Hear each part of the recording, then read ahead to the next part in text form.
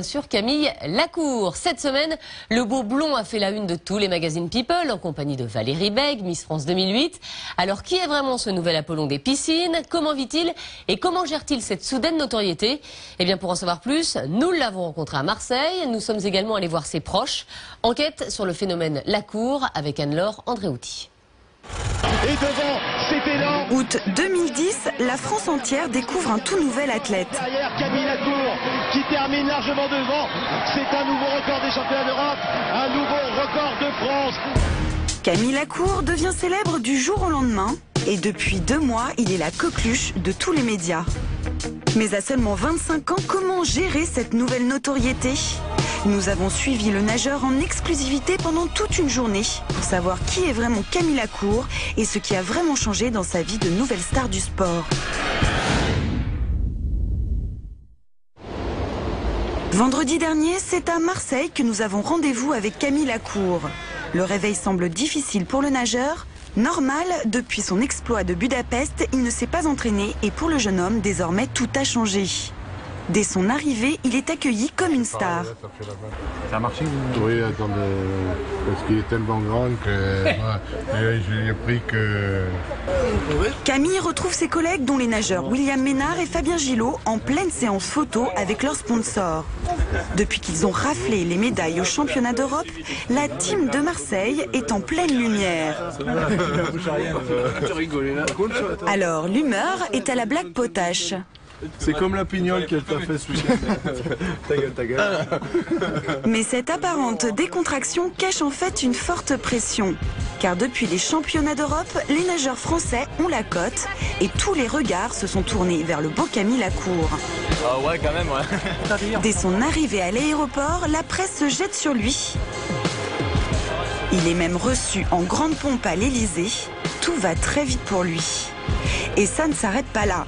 Il fait la une des magazines. Pour la presse féminine, il devient rapidement le gendre idéal, le beau gosse en or. Il est le hit boy que tout le monde s'arrache. Des blogs se créent même autour du jeune homme. Mais comment garder la tête froide quand on est connu du jour au lendemain? Dans le vestiaire du cercle des nageurs marseillais, nous découvrons un Camille Lacour plutôt décontracté qui n'hésite pas à se déshabiller devant nous. Ouais, vaut mieux pas. Camille a vite compris qu'il fallait paraître accessible. Il est désormais habitué aux caméras. Il s'amuse même de cette soudaine notoriété. Donc ça, c'est un cadeau d'un ami. Ça devait pas être filmé normalement. C'est du second degré, je précise. Souriant et disponible, Camille reste cependant concentré sur ses objectifs. Il prépare les prochains championnats du monde et surtout les Jeux Olympiques de 2012. Alors quand il s'agit de s'entraîner, Camille ne rigole plus et nous fait gentiment savoir qu'il est un peu agacé par notre caméra. Avec une caméra devant la gueule en plus, c'est encore moins facile. Une rigueur qu'il doit désormais gérer en plus de son image médiatique. La mèche, c'est bon? Camille plaisante, mais pour les nageurs, cette image est extrêmement importante. Loin des salaires de footballeurs, ils ont besoin de jouer la carte de la séduction pour pouvoir obtenir des contrats publicitaires. Et quand on a une belle gueule, forcément, c'est un atout. Pour le préparateur physique de Camille, il faut savoir tirer profit de cette médiatisation. On ne va pas se le cacher, ils ne gagnent pas des milliers d'essence, ils peuvent avoir des contrats ce qui représente bien, qui passent bien à la télé ou sur une campagne de publicité. Forcément, ça va les aider. Après, il faut qu'ils fassent tout pour que les contrats perdurent et qu'on les renouvelle. Donc ça, il n'y a que le travail dans l'eau qui leur permettra de continuer comme ça. Mais attention, être sous le feu des projecteurs peut jouer de mauvais tours. Rappelez-vous de Laure Manodou, une autre star des bassins. À seulement 23 ans, elle décide de tout arrêter sous la pression médiatique. Car à l'époque, pas une semaine ne passe sans que la nageuse fasse la une des magazines. Une presse qui n'hésite pas à déballer sa vie privée et commenter ses moindres faits et gestes. Cette pression des paparazzi a eu raison de la sportive. Et aujourd'hui, c'est peut-être ce qui guette le nageur. Il se sent dépassé par les événements. Ce côté médiatique... C'est très étrange, c'est quelque chose que j'arrive même pas à gérer pour le moment. Je sais qu'il y a des paparazzis qui me collent et tout, c'est quelque chose de...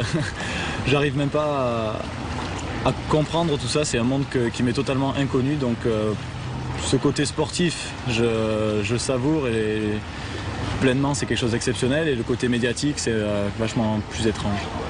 Effectivement, cette médiatisation a pris une telle ampleur que désormais le sportif est traqué par les paparazzi. Le lendemain de notre tournage, toute la presse People relate une soi-disant histoire d'amour entre Camille et une célèbre Miss France, Valérie Bègue. Tout cela pourrait bien faire peur au jeune homme, car c'est très loin du showbiz qu'il a grandi. Pour en savoir un peu plus, nous sommes allés dans le Languedoc-Roussillon et c'est là, au milieu des montagnes et bien loin des projecteurs, que le nageur a passé son enfance.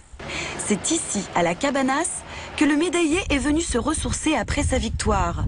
Sa voisine est très fière de jouer pour nous les guides touristiques. Alors, j'avance, pardon.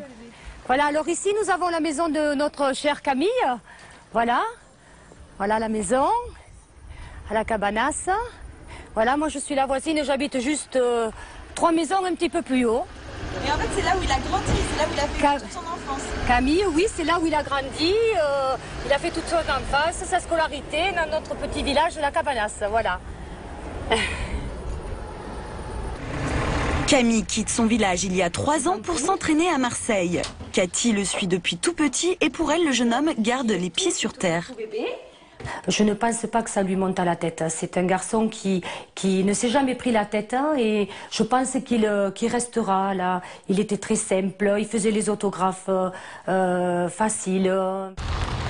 Mais hormis son talent, la marque de fabrique de Camille Lacour, c'est son physique de mannequin. On parle partout de ses yeux, couleur piscine, de son sourire. Bref, il est devenu le sportif préféré des femmes. Rien de nouveau, selon son meilleur ami Jonathan.